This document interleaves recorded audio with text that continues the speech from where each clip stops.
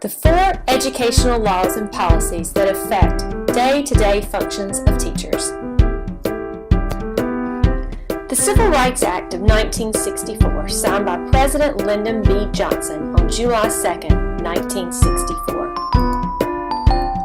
The Civil Rights Act outlawed discrimination based on race, color, religion, sex, or national origin in schools and workplace.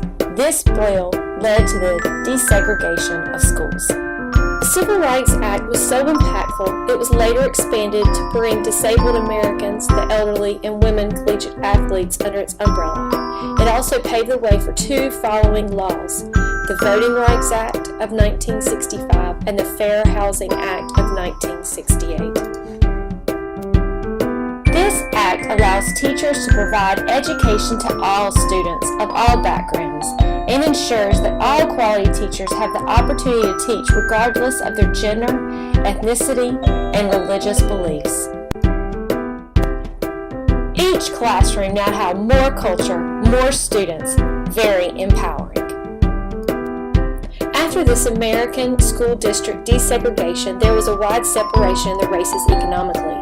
President Lyndon Johnson pushed for congressional action on the agenda of social reform. This central program in the agenda led to our next major policy, the Elementary and Secondary Education Act.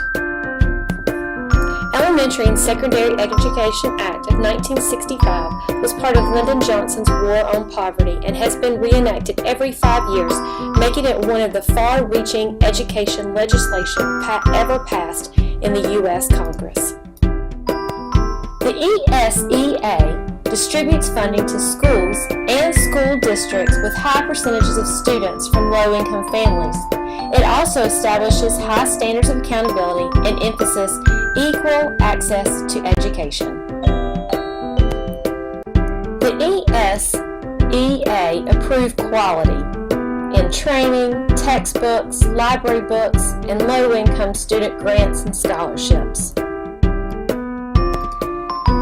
The ESEA allocates funds for teachers, professional development, instructional materials, for resources to support educational programs, and parental involvement promotion. Better support equals better teachers. On December 2015, President Barack Obama signed Every Student Succeeds Act, ESSA, into law, which replaced No Child Left Behind.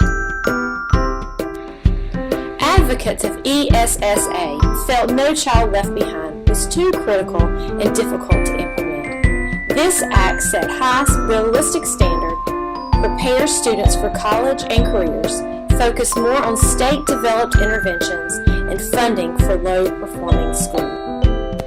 How does this affect teachers and students? It empowers states and allows them to create their own standards.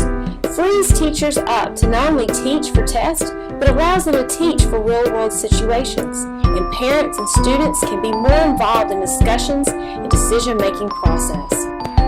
The Individual with Disability Education Act, or known as IDEA, was first enacted in 1975. It ensures special education, early intervention, and related services to more than 6.5 million students aged 3 to 22 with disabilities. How does this affect teachers and students? Each individual with learning, mental, and/or physical disabilities is granted equal access to education, protection under the law from harassment and discrimination, and self-sufficiency skills for independence in their post-educational career. Its most recent amendment in 2004, students with disabilities were guaranteed a free, appropriate public education. Teachers must hold a special education certificate, hold meetings and annual review to support goals, use the support of teamwork with parents and educators, and aid with identifying vulnerable people of disabilities. Which means an equal opportunity to learn equals independence. Cohorts, I hope you enjoyed learning about the policies and acts that will support us as teachers as well as serve our students. These policies will ensure that public education as a whole continues on a path for 21st century learning for all.